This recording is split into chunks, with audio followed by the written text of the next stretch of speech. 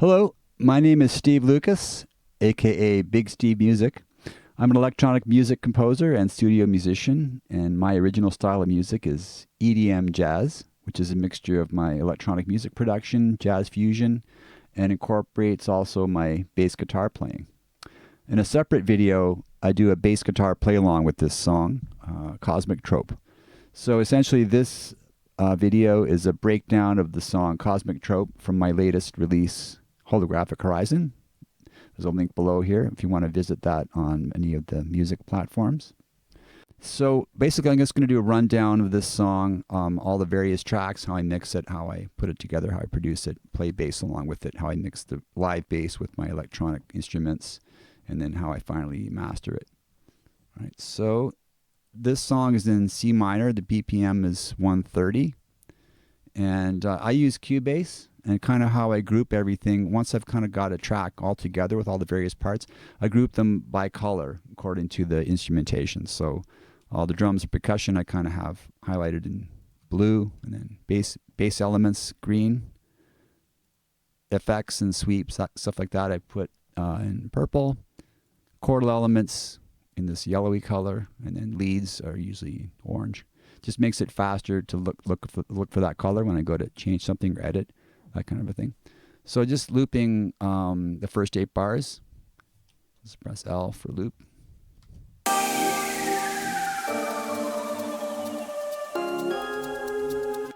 So there's a synth layer, this kind of bell sound. That's in Mini Monster. All right. Then I add another layer up to that synth.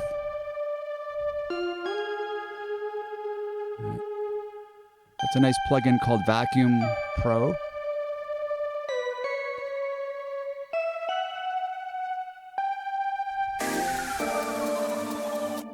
The chords are all in this phasery Rhodes here. That's in Nexus. So on that track, I've just added a phaser, Cubase built-in phaser effect. Rolled off some low end here. And it's being sent to a group bus called Keys Group. So all the chordal elements pretty much I send to a group called Keys Group, and then I can EQ and compress it all together. So you don't always have to necessarily EQ and compress each track in your song. You can send a bunch of them to a group, and then just EQ and compress it all together, and they'll kind of, unless there's something special you want to do with each track, but pretty much as a group, you can usually EQ and compress them, saving some CPU power, right? So continuing on. This little violin line comes in here. I think that's BBC Orchestra. Really nice Spitfire library.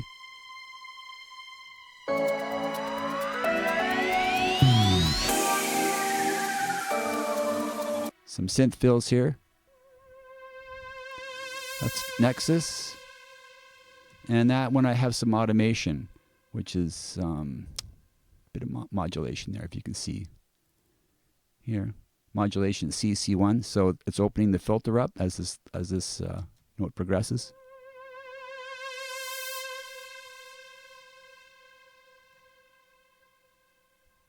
All right. And then there's just these sweep effects. Right, they just add some texture and dynamics to a track. So after I've kind of produced a whole song, pretty much all the different musical parts, I go back and add some effects. They just add some dynamics, right, and textures to the overall song. Right. Then I just have a bit of a little shaker part, adding some time. Okay, so you can hear the bass is coming in now. So the second part of the intro here. Comes the bass.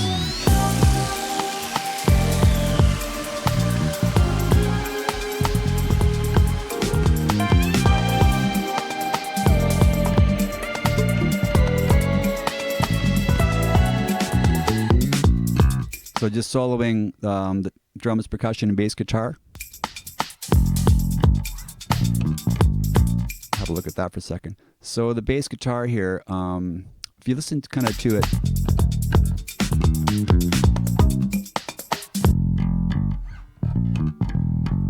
That's my live bass guitar playing. And you notice there's a bit of a gritty sound to it. There's some string noise and a bit of a top end grit. I try to keep that in as much as possible in when I'm recording bass guitar, because it makes the song sound a bit more live. It adds character. So if you take out and edit and take all those humanizing elements out of it, the sound starts to get kind of sterile, like a synth bass. So I leave quite a bit of that in, string noise, and it disappears in the track. If you put all the tracks together, you don't really hear that. You don't really hear that string noise, etc. It all blends into the song.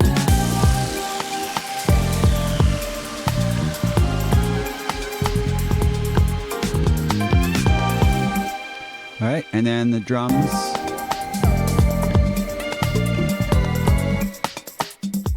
Drums and percussion. So the main drum part is like this. All right, so there's a kick drum, tambourine, hi-hat, congas, hand percussion.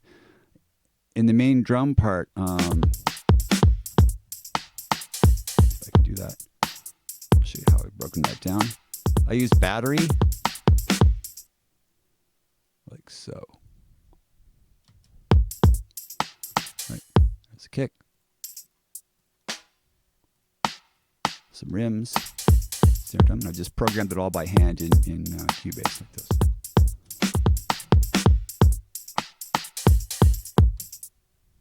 All right. My kick drum, if you want to kind of set like this. All right, kick drum might sound a little bit. That's a bit too. It's got about a bit of an ugly punch to it. Same thing as with the bass guitar. I kind of leave in some of that character. If it's too clean and too EQ'd and taking all the grit out, it loses character, and the overall song loses character. So I leave quite a bit of that in. You don't really hear that when everything's going. All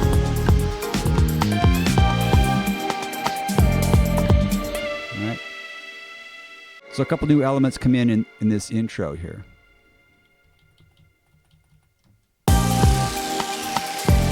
Some synth sweeps here, like so. That's a nice plug-in and contact called Analog Dreams. All right. Also this little synth sweep. That's a Reactor 6 plugin called Super 8. It's got some modulation to it.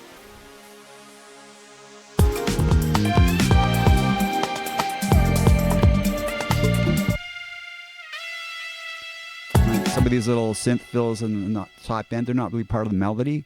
They just kind of add some extra dynamic to the intro.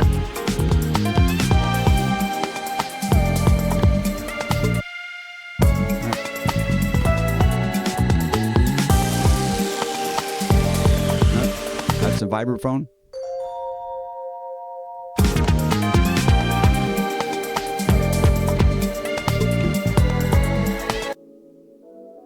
And another low pad here. I'll go back. I think that's also Nexus. You can see I like using Nexus quite a bit by ReFX. Really good. All right, so everything layered in. It's pretty dense.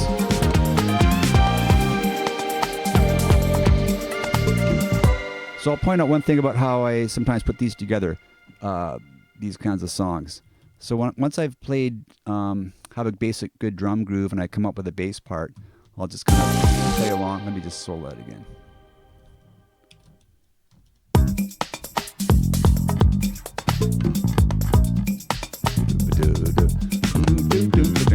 All right, so I like that little line. So I doubled that line with a synth here. All right, with a very analog synthy plugin called Prophet 5, which I believe is an Arturia plugin. Really good. That's your 70s jazz fusion Prophet 5 sound.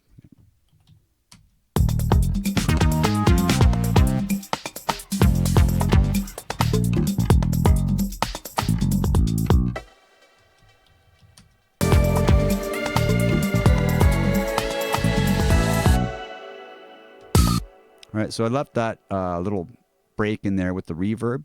That's a really nice reverb, actually. I use sometimes called crystalline. That by Baby Audio.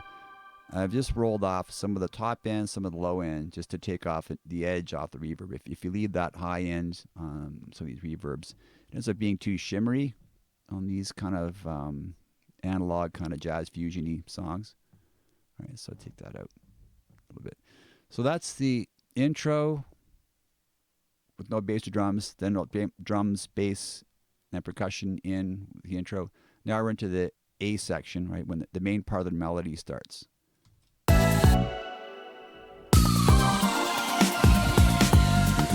So here, a new sequence of chords and melodies start, right, and some new synth lead parts, as you can see here. So I'll just play it from there. And if I can get the sheet music together, I'll post that as also, if you can follow along with some of these complicated chords.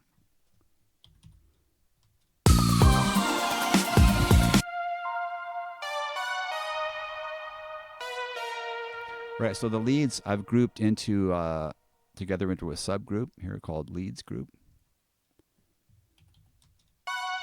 Right, with just some rolled off some low end and add some compression. So they're not each EQ'd and compressed. They don't really need it.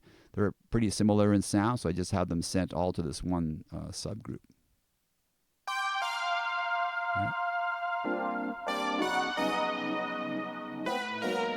There's a low pad.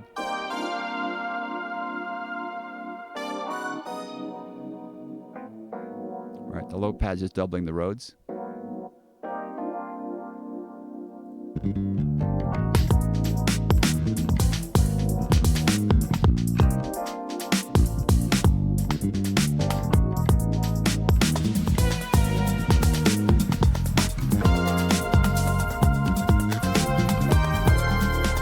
So I did quite point out one thing about the bass guitar and the drums, the kick drum especially, which is to get that complicated kind of bass guitar part. Let me just solo that.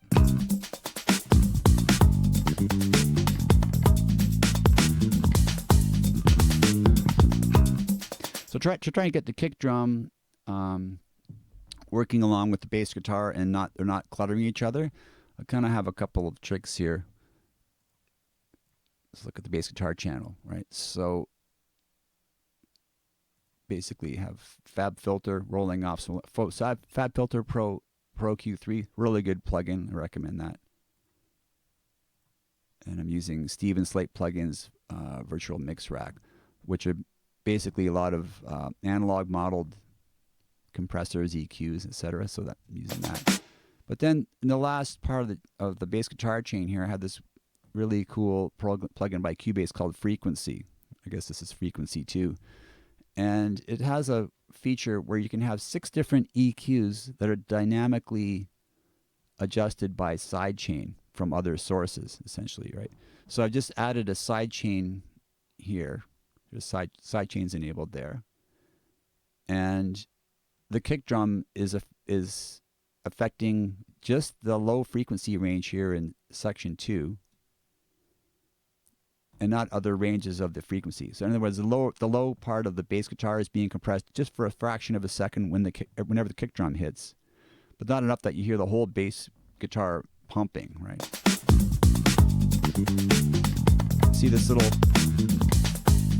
little two moving? Whenever the kick drum hits, it ducks the bass part just in that low frequency range for a fraction of a second, so that the kick drum punches through and the bass comes right back. You don't really notice that it's ducking that much, but all you're aware of is that all the notes of the bass guitar punch through and the kick drum punches through. All right, see that two moving there?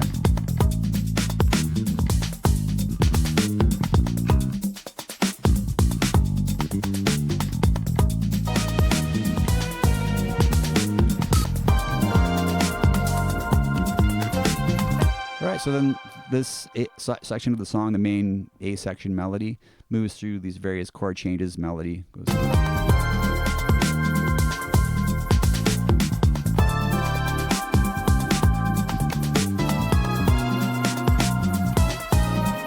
Right. So one thing maybe I'll point out about the drum mix also, now that we're kind of cracking this baby open here, and cracking this sucker open. Just soloing the drum and percussion parts. I've done a few tricks here to make it sound interesting.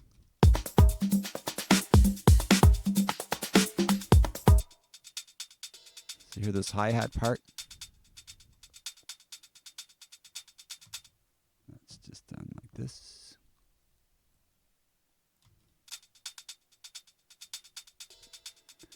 So on just the hi-hat part, I've put on auto pan in Cubase. So to make it pan from left to right, you know, so it gives some depth, right, to the song movement. And then this plugin here called Dodge Pro, which basically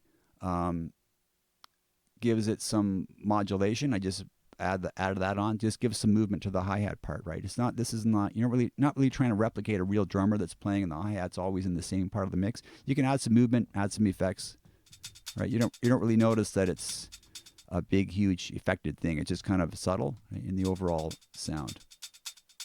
Just like that.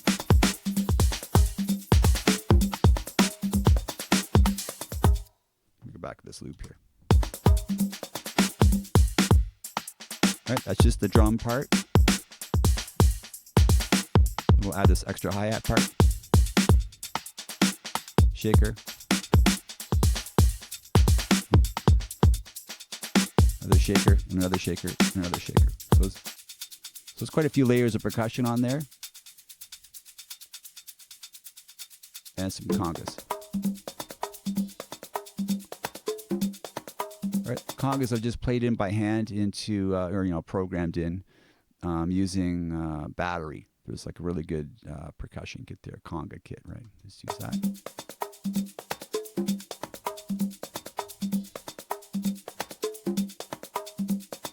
Just like that.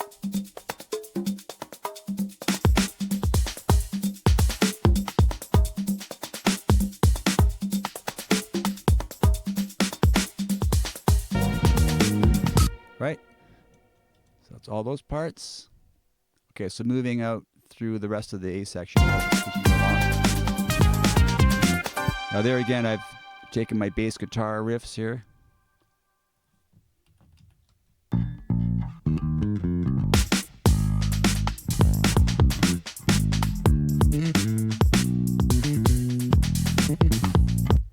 Right, and I've doubled those with this synth.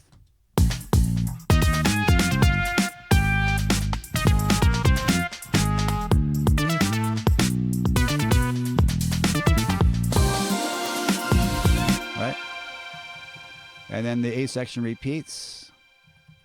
And this time I've added some vibraphone. So whenever you kind of repeat a section, you don't want it to just be an exact replica of the first time that part's played. You want to add a few elements so that it keeps the, you know, adding to the interest for the listener. So I've added some vibraphone lines. It's doubling the lead there. And I've added back in some of my synth fills with that modulating synth.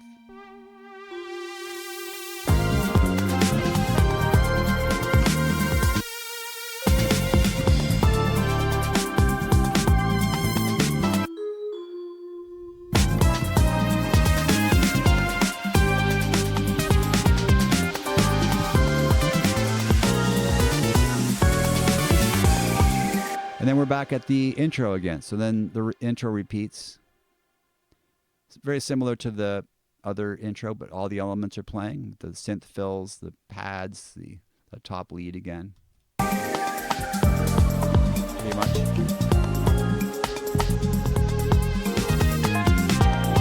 All right, so it continues along.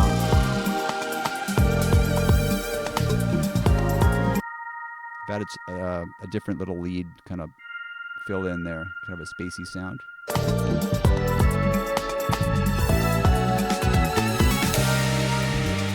Now we're into the next section. So this is kind of a breakdown. So after all that furious intro, A section, repeat, intro, repeat, just wanted to kind of space things out a little bit for a second.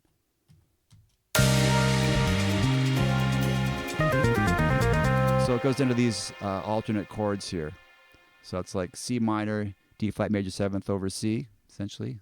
Let's see, loop this for a second. Right, C minor, D flat major 7th over C. Right. And E minor 11, F sharp minor 11, major 11. Right. And then this little unison line here. Let me go back. Same thing. I played a bass guitar line I liked. I doubled it with the synth.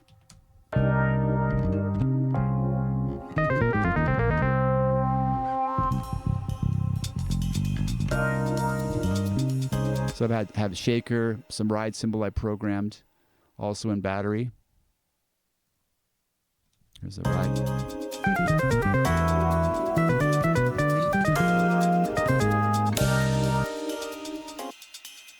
Right, so I've just loaded up an instance of battery with some ride cymbal samples I liked. Just programmed a spacey little thing, and I've got shaker going and some hand percussion. And the main drums aren't really playing. This vibraphone fill there.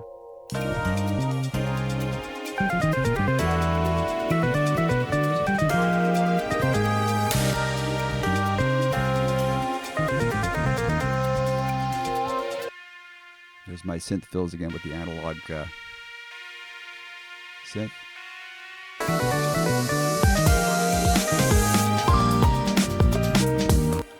So some of these little drum fills I programmed. All right, that's just battery, programmed a few fills in by hand.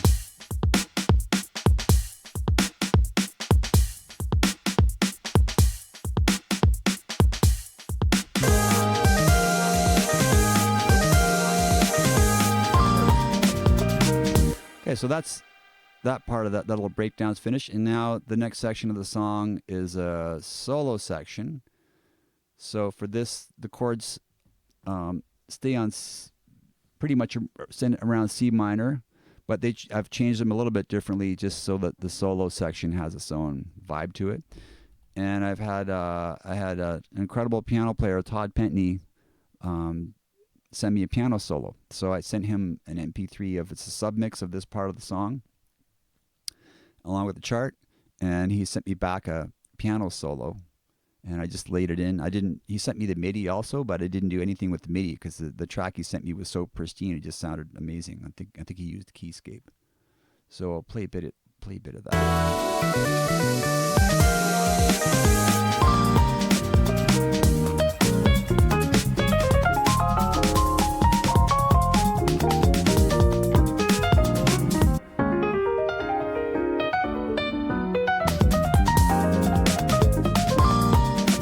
Right?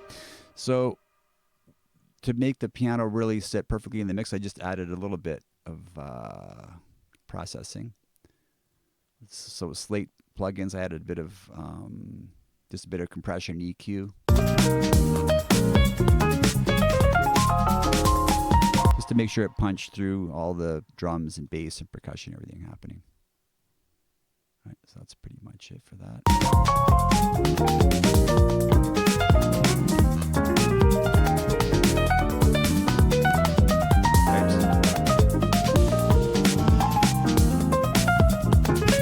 Right, I've added a few sweep effects just throughout the solo.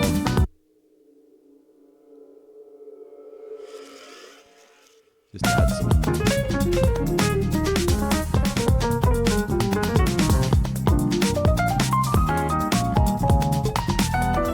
All right, so the chords change. So it's C minor. C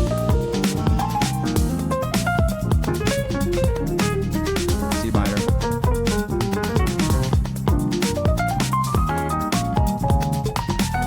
E minor 11, F minor 11th. F minor 11th. C minor. So halfway through the solo here, I've added some background textures, so synth pads and Rhodes. Some violins, some synth fills.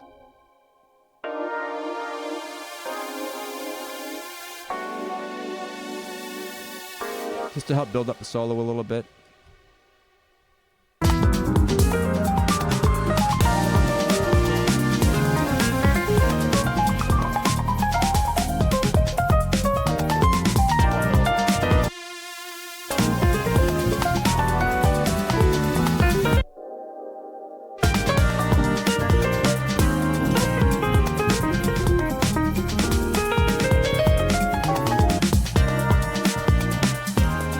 little top melody here I brought in just to kind of reinforce that chord movement. Just to reinforce that chord movement. Da, da, right.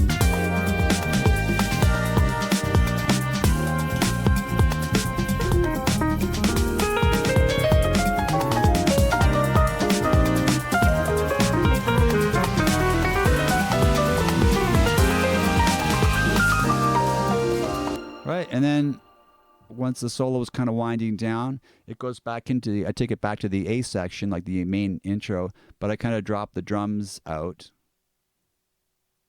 So it just has a bit of a breakdown-ish feel. So if you notice, it's going back to the A section chord progression, but with the drums out. The drums.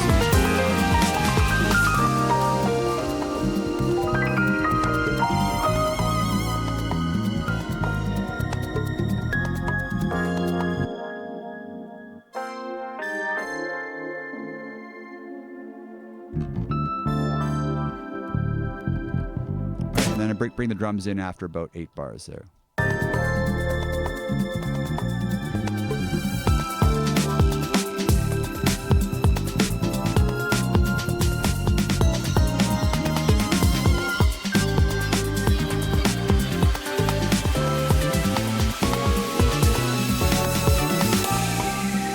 And back to the intro. So that's almost the whole song. Right, and so some of these effects coming up to the end.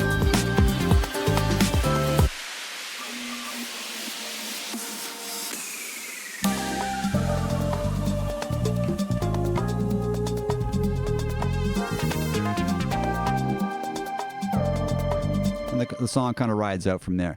So that's basically the whole song. It just kind of rides out there and winds down with basically stays on those intro chords. Right, so pretty much that's the whole song, how I put it together. And then the mastering I used, I'll show you that, my mastering chain here. It's basically Fab Filter, just taken off the low end. I added some air here on the top end, around 12,000, just a bit. I cut a little bit of the mids here, around 379.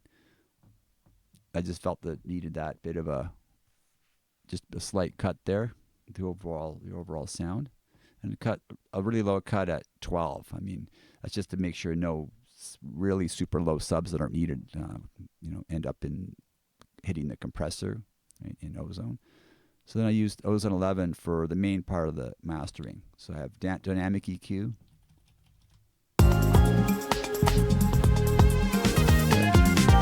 Dynamics so it's not really hitting the dynamics very hard, just a touch. A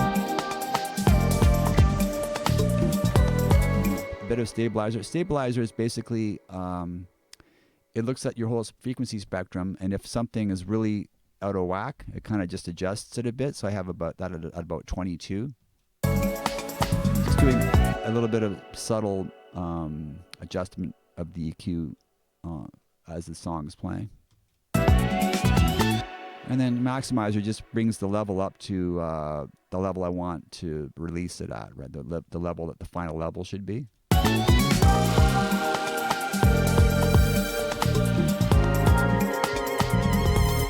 Right, and then I have brick wall limiter just to catch any peaks that might be getting close to -1 dB. Let's see. You can see it's not doing very much, it's not catching anything. But if it did go over, we would just catch it just very subtle. So I want to make a note that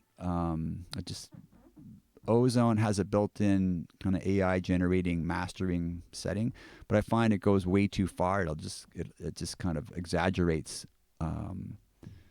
what it thinks the song needs. So I always kind of go by ear. So something might look like it's doing too much, or the settings don't seem like what the AI is doing, but I go by ear. I mean, I start off with some technical things like doing a low cut and maybe add a bit of air and some light compression, but then I just go by feel, right, with some technical knowledge until it sounds right.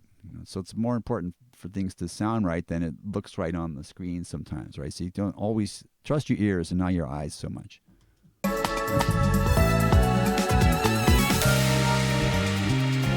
Right? And that's basically a breakdown of this whole song.